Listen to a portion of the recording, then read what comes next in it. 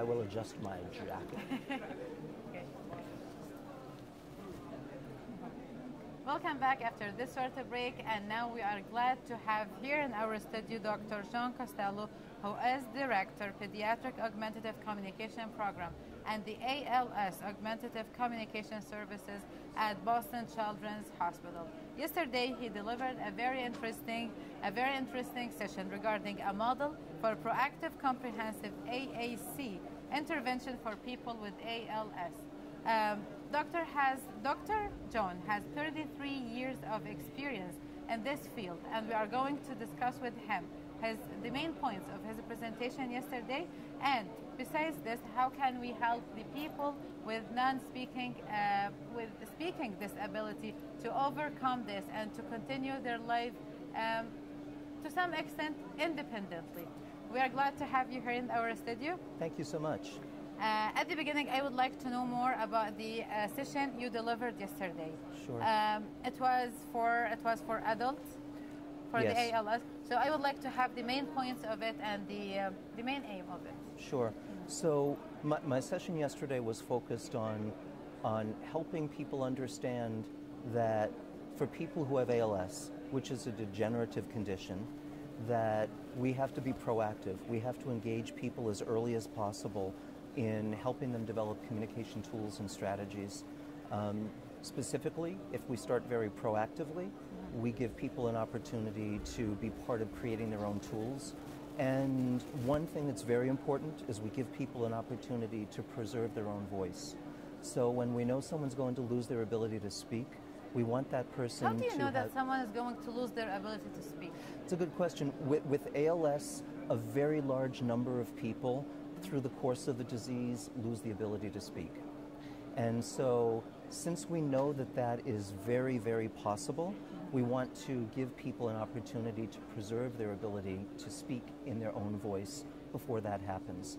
So we have people message bank ahead of time and then incorporate that into technology. So if you could imagine, if you were unable to speak and even unable to move, that you could have technology that you could control through many ways, maybe with your eyes, and you could look at a message and speak to your loved ones in your voice and have them hear you How say. How can it be done? Like, is it a device the person should carry in their hands, or what is it here? So it depends very much upon how someone presents with the disease. Some people, they do not lose the ability to use their hands or even to walk, but they lose the ability to speak and swallow.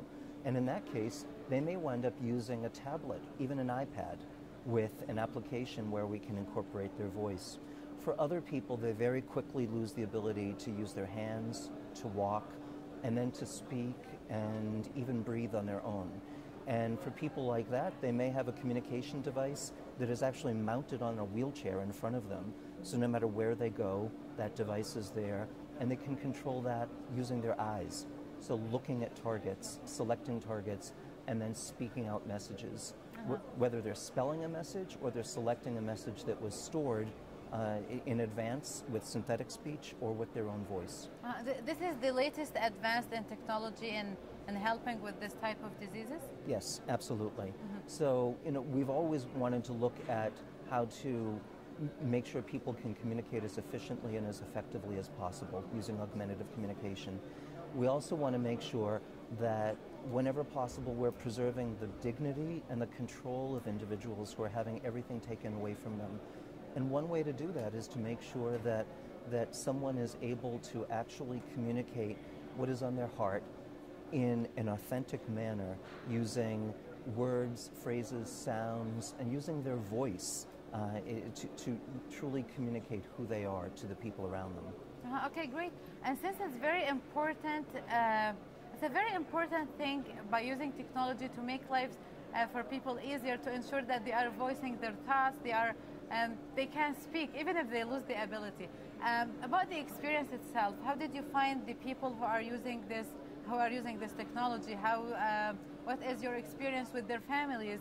How much they are willing to have it? I mean, what is really here? Yeah, so our experience certainly in our clinic in Boston and in the United States is that this is one of the most important things, not only to patients but to their families, to make sure that they're able to have the effective communication with their loved ones. So people very much welcome having their family member or their loved one who is losing the ability to speak have the best tools and strategies available to be independent. And now this is all for the ALS, which you already delivered the decision about yesterday. Yes. Now let's move a little bit for children. Sure. Children who lost the ability to speak. Yes. From medical point of view, what really can you do in order to ensure that they are giving the proper education, that they are advancing their lives, they are kind of can live independently to some extent again? Sure. So what can you do here and with the children? And it's a very big question because there's so many different needs. You know, the program we were just talking about for ALS and the message banking, that actually grew out of working with children in the intensive care unit who were not going to be able to speak after their surgery. So that's how we started this process with children. And that's for someone who has a temporary loss of speech in that case, someone who's in the intensive care unit.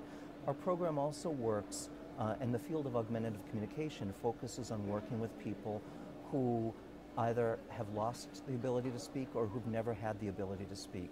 So for a child who, for a variety of reasons, maybe it's motor and cognitive considerations, has an impact on their ability to use speech, there are many different communication strategies and tools. And certainly technology is a very big part of it. You ask about people then using technology to kind of continue through life.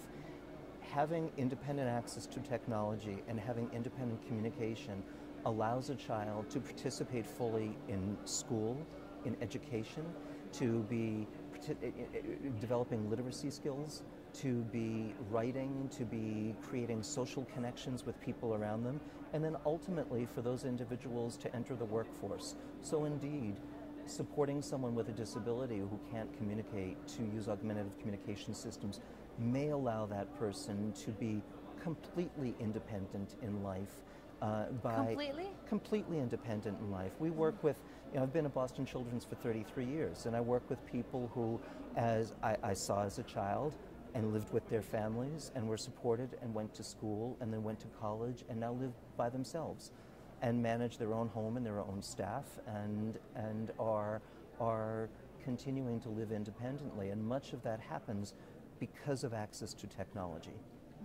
Very, very great. And thankfully we reached a stage where we can let people with disability to live independently, because I think this is their main aim too. This is what they strive for. Of course. They strive for independence, and by using technology and by advancing in research and medicine and technology, we can let them live fully independently, like you said. Absolutely. All of us strive to self-determine. No matter who you are and what your skills and your abilities are, all of us strive to self-determine through technology, through assistive technology and augmentative communication systems. Many people with disability are able to also completely independently self-determine, and that should be our goal. And let me use this word, let me use this sentence about the importance of technology to know more about your expectation for the future. How do you see the future in terms of technology and in terms of the integration of technology systems in order to help people with disability? What do you expect for the upcoming few years? I expect that things are going to become even more and more significant for a variety of reasons. Number one, technology is much more available. There's a lot of technology that everybody is using now. Years ago, when we would introduce technology for typing and speaking out messages, it was a novel concept to people. Now people have a telephone where they can type in and they get word prediction, etc. So off-the-shelf technology has become so common. Secondly, there is now a very large focus on technology for home automation. And so for people with disabilities, there is now readily available technology that allows one to turn on lights and turn on music and unlock doors and open windows. And so that integration of specialized technology for people with disabilities and off-the-shelf technology that is available to all only promises that there is going to be more opportunity and far more success for everyone, including people with disabilities in the future. I'm sure that these words spread hope all over the world, because many people wait for such technology so they can, they can become more independent. Inshallah, in the very near future, we can see technology is taking crucial part, and is taking bigger part with people with disability to facilitate their life. Absolutely. And by this, we come to the very end of our interview. Any final words or message you would like to deliver?